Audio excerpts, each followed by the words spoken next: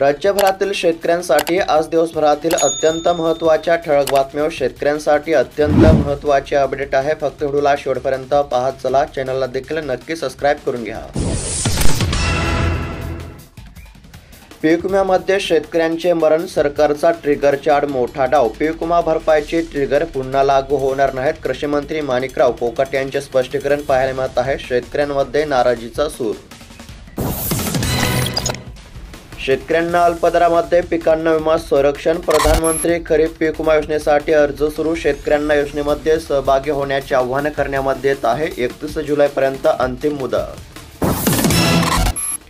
पीक विम्याची 379 कोटींची भरपाई शेतकऱ्यांच्या थेट बँक खात्यावरती जमा केली जाणार। सर्वसमावेशक पीक विमा योजनेअंतर्गत पीक नुकसान भरपाईची प्रलंबित असलेली 379 कोटींची रक्कम आता थेट शेतकऱ्यांच्या बँक खात्यावरती जमा होणार असल्याची माहिती राज्याचे कृषी मंत्री माणिकराव कोकाट यांनी या ठिकाणी दिली असल्यामुळे आता पीक विम्यापासून वंचित असलेल्या शेतकऱ्यांना चांगलाच दिलासा मिळणार आहे। तब्बल 379 कोटी रुपयांची भरपाई आता थेट शेतकऱ्यांच्या बँक खात्यावरती जमा केली जाणार असल्यामुळे आता शेतकऱ्यांना दिलासा मिळणार आहे। आता आज कोणकोणत्या जिल्ह्यांमध्ये पीक विम्याचे वाटप होणार आहे, सविस्तर पात्र जिल्ह्यांची नावे देखील आपण पुढे पाहणार आहोत। त्यासाठी फक्त व्हिडिओला शेवटपर्यंत पाहत चला। शेतकऱ्यांना फसवले, विमा कंपन्या होणार आता ब्लॅकलिस्ट। कृषी मंत्री माणिकराव कोकाट यांची माहिती पाहायला मिळत आहे। शेतकऱ्यांना जर फसवले तर विमा कंपन्या आता ब्लॅकलिस्टमध्ये टाकण्यामध्ये येणार असल्याची या ठिकाणी कृषी मंत्र्यांची माहिती।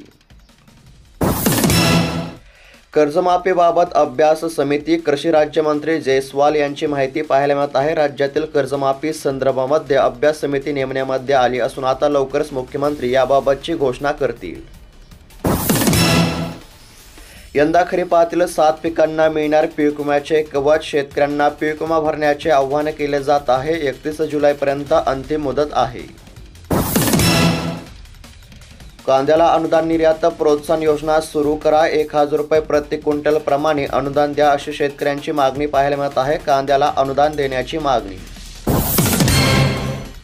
मराठवाड्यामध्ये पीक पॅटर्न बदलला, सोयाबीनची चलते। कापूस पिटाळीवर सध्या पाहायला मिळत आहे। सोयाबीनचा पेरा वाढला।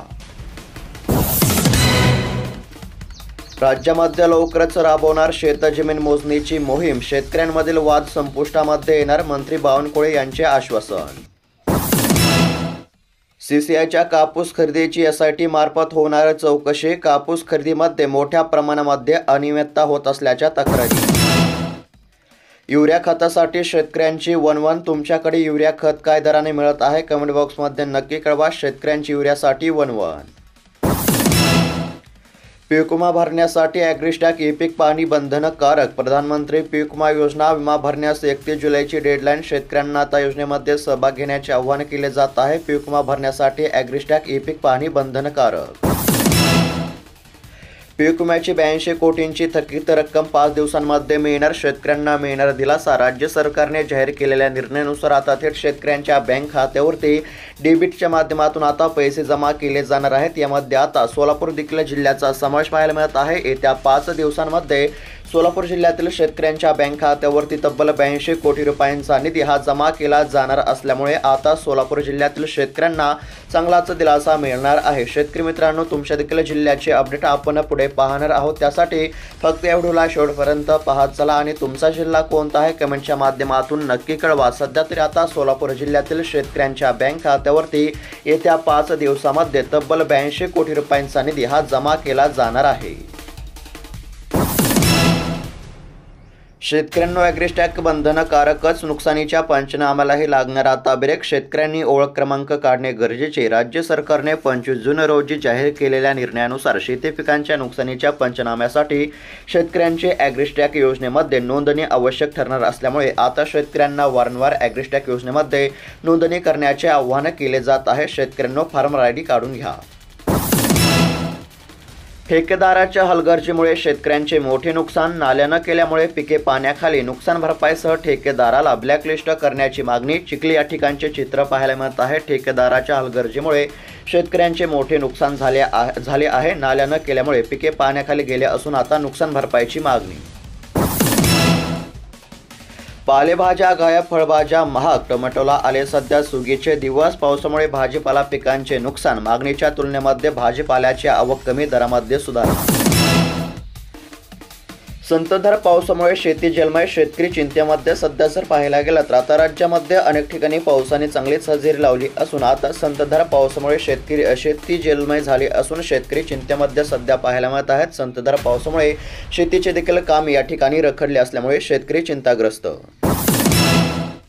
शेतकऱ्यांसाठी पीक विम्यासंदर्भातील अत्यंत महत्त्वाची बातमी. आता थेट शेतकऱ्यांच्या बँक खात्यावरती रक्कमही जमा केली जाणार आहे. राज्य सरकारने आपल्या हिस्साचा विमा हप्ता थकवला, त्यामुळे खरीप 2024 मधील 400 कोटी रुपये आणि रब्बी 2024-25 मधील 207 कोटी रुपयांची विमा भरपाई ही रखडली आहे. तसंच शेतकऱ्यांना खरीप आणि रब्बी 2023-24 मधील 262 कोटी रुपये मिळणे अद्याप बाकी आहेत. ही रक्कम पुढील 15 दिवसांमध्ये थेट शेतकऱ्यांच्या बँक खात्यावरती जमा केली जाईल, असे कृषी मंत्री माणिकराव कोकट यांनी सांगितले असल्यामुळे आता शेतकऱ्यांना देखील चांगलाच दिलासा मिळणार असून थेट शेतकऱ्यांच्या बँक खात्यावरती डेबिटच्या माध्यमातून पैसे जमा केले जाणार असल्यामुळे आता शेतकऱ्यांना चांगलाच दिलासा मिळणार आहे. ज्या शेतकऱ्यांना पीक विमा अद्याप मिळाला नाही अशा शेतकऱ्यांच्या थेट बँक खात्यावरती ही रक्कम जमा केली जाणार आहे. साधारणतः 800 ते 850 कोटी रुपयांचा पीक विमा आता थेट शेतकऱ्यांच्या बँक खात्यावरती जमा होणार आहे.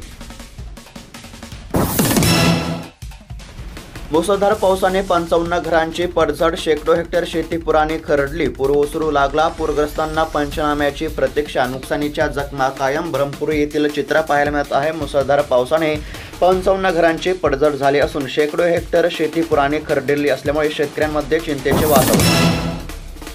आता मालमत्तेवर कर्ज घेऊन करता येईल अनेकांना विकास. 400 गावातील मिळकपत्रिकेचे कामकाज पोहोचले अंतिम टप्प्यामध्ये. मालमत्तेवर कर्ज घेऊन आता अनेकांना विकास करता येणार असल्याची माहिती पाहायला मिळत आहे.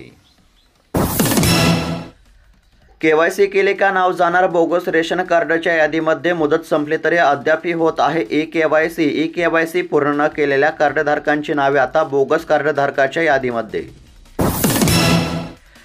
बोनससाठी निधी मंजूर, 40,000 शेतकऱ्यांना दिलासा. 15 दिवसांपासून शेतकरी होते प्रतीक्षेमध्ये. चुकऱ्यांचा निधी केव्हा असा देखील प्रश्न. शेतकऱ्यांसाठी आनंदाचीच बातमी म्हणावी लागेल. आता शेतकऱ्यांच्या बँक खात्यावरती हेक्टरी 20,000 रुपयांची रक्कम जमा करण्याचे काम या ठिकाणी सुरू झालेले आहे. यामध्ये आता गोंदिया जिल्ह्यातील 40,000 शेतकऱ्यांच्या बँक खात्यावरती हेक्टरी 20,000 रुपयांचे बोनस जमा केले जाणार आहे. अजून बऱ्याच जिल्ह्यांचे अपडेट पुढे पाहूया. शेतकऱ्यांसाठी आता सुधारित पीक विमा योजना, शेतकऱ्यांनी लाभ घेण्याचे कृषी विभागातर्फे आवाहन केले जात आहे. महाराष्ट्र सरकारने खरीप हंगाम 2025 पासून सुधारित पीक विमा योजना लागू करण्यास मान्यता दिली आहे. या योजनेमध्ये नैसर्गिक आपत्तीमुळे पिकांचे नुकसान झाल्यास शेतकऱ्यांना आता भरपाई दिली जाणार असल्यामुळे शेतकऱ्यांना योजनेमध्ये सहभाग घेण्याचे आवाहन केले जात आहे.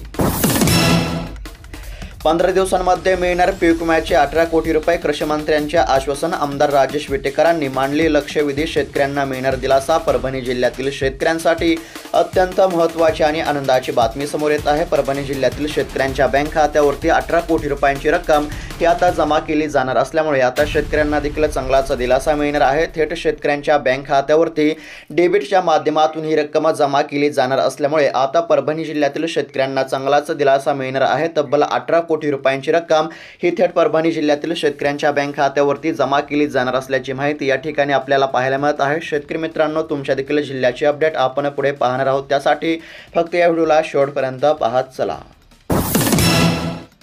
शेतकऱ्यांना पिकांच्या संरक्षणासाठी विमा उतरा, शेतकऱ्यांना वारंवार पीक विमा योजनेमध्ये सहभागी होण्याचे आवाहन केले जात आहे. शेती पिकांचे नुकसान झाल्यास शेतकऱ्यांना नुकसान भरपाईचा लाभ मिळावा यासाठी राज्यातील शेतकऱ्यांनी पीक विमा योजनेमध्ये सहभागी व्हावे असे शेतकऱ्यांना आवाहन केले जात आहे. पीक विमा भरण्यासाठी शेतकऱ्यांना 31 जुलैपर्यंत अंतिम मुदत असल्यामुळे शेतकऱ्यांना आता पीक विमा योजनेमध्ये सहभाग होण्याचे वारंवार आवाहन. गतवर्षीच्या पुराचा धसका, यंदा सतर्कतेचा इशारा. नगर परिषदेने दिली पूर्वसूचना. कयाधू नदीकाठच्या 300 कुटुंबांना नोटिसा पाहायला मिळत आहेत. हिंगोली जिल्ह्यातील चित्र. गतवर्षीच्या पुराचा धसका, यंदा सतर्कतेचा इशारा पाहायला मिळत आहे, त्यामुळे सतर्कता बाळगणे महत्त्वाची. शेतकऱ्यांना कर्जमाफी कधी, विरोधकांचा सवाल. शेतकऱ्यांना तुम्ही मोफत काहीच देत नाही, त्यामुळे शेतकऱ्यांचे कर्ज कधी माफ करणार आहात, योग्य वेळ कधी येणार आहे हे सांगा, अशा शब्दामध्ये विरोधकांनी विधानसभेमध्ये सरकारचे वाबाडे काढले असल्याचे सध्या पाहायला मिळत आहे। राज्य सरकारने शेतकऱ्यांची योग्य वेळी कर्जमाफी करण्याचे स्पष्ट केले असले तरी नेमके सरकारची योग्य वेळ कधी येणार असा देखील सवाल या ठिकाणी उपस्थित केला जात आहे। राज्यातील शेतकऱ्यांची कर्जमाफी त्वरित करावी किंवा कर्जमाफी करण्याची तारीख देखील जाहीर करावी अशी देखील सध्या मागणी करण्यामध्ये येत आहे। सध्या शेतकऱ्यांना देखील कर्जमाफीची प्रतीक्षा असून राज्यातील शेतकऱ्यांची कर्जमाफी कधी होणार याकडेच आता सर्वांचे लक्ष लागले आहे। कर्जमाफी करण्यासाठी आता जोरदार मागणी देखील करण्यात येत आहे। बुलढाणा जिल्ह्यामध्ये 84% क्षेत्रावर पेरणी पूर्ण, सोयाबीन सर्वाधिक, कपाशीचे क्षेत्र घटले। जूनच्या अखेरीस दमदार पावसामुळे पेरण्यांना गती पाहायला मिळत आहे। काही भागामध्ये रिमझिम पावसामुळे अडथळे, मशागतीचे कामे जोमामध्ये। युरिया येतोय तर जातोय कुठे हा फटका कशासाठी? नॅनो युरियाकडे जिल्ह्यातील शेतकऱ्यांचे सर्रास होत आहे दुर्लक्ष। युरिया तुटवड्याच्या तक्रारी वाढल्या। राज्यातील शेतकऱ्यांना खताची गरज असली तरी राज्यामध्ये सध्या खताचा तुटवडा असल्यामुळे शेतकऱ्यांची नाराजी। शेतकऱ्यांच्या न्यायाची लढाई, नांदगावकर 7/12 कोरा पदयात्रेमध्ये मनसे नेत्यांचा सहभाग पाहायला मिळत आहे। प्रहारचे नेते बच्चू कडू यांच्या नेतृत्वाखाली निघालेली 7/12 कोरा ही यात्रा ही केवळ एक भागाची नव्हे तर संपूर्ण महाराष्ट्रातील शेती आणि शेतकऱ्यांच्या न्यायाची लढाई आहे। हा आवाज आता महाराष्ट्र सरकारला ऐकावाच लागेल। राज्यातील शेतकऱ्यांच्या कर्जमाफीसाठी आता पदयात्रा सुरू। अतिवृष्टी पुराचा कहर, 7000 हेक्टरवरील पिकांना फटका, 8886 शेतकरी बाधित, 400 कोटींचे नुकसान। सोयाबीन व कापसाला सर्वाधिक फटका। कृषी विभागाचा प्राथमिक अंदाज, तातडीने नुकसान भरपाई द्या, शेतकऱ्यांची देखील मागणी पाहायला मिळत आहे। नागपूर जिल्ह्यातील क्षेत्र या ठिकाणी आता 400 कोटींचे नुकसान झाले असून नुकसान भरपाई देण्याची शेतकऱ्यांची मागणी। पावसाअभावी सांगोला तालुक्यातील 27,000 हेक्टरवरील पिके जळू लागली। शेतकऱ्यांवर दुबार पेरणीचे संकट, शेतकऱ्यांचे डोळे दमदार पावसासाठी लागले आकाशाकडे। सध्या जर पाहायला गेलं तर आता शेतकऱ्यांना पावसाची प्रतीक्षा आहे। शेतकऱ्यांवर दुबार पेरणीचे देखील संकट, शेतकरी चिंतेत।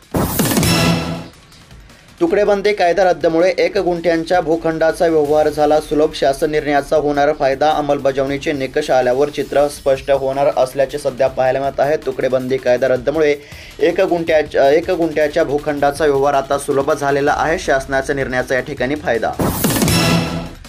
तर शेतकरी मित्रांनो, बातम्या कशा वाटल्या तुमची प्रतिक्रिया कमेंट बॉक्समध्ये नक्की कळवा। अशाच महत्त्वपूर्ण ठळक बातम्यांसाठी चॅनलला देखील नक्की सबस्क्राईब करून ठेवा। तुमचा तालुका, तुमचा जिल्हा कोणता आहे तो देखील कमेंटच्या माध्यमातून आम्हाला नक्की कळवा। तुमच्या तालुक्यासंदर्भातील किंवा जिल्ह्यासंदर्भातील कोणतेही महत्त्वाचे अपडेट आले की सर्वात अगोदर तुम्हाला या चॅनलवरती पाहायला मिळणार आहे। त्यासाठी चॅनलला देखील नक्की सबस्क्राईब करून ठेवा। भेटूयात आता पुढील व्हिडिओमध्ये। धन्यवाद।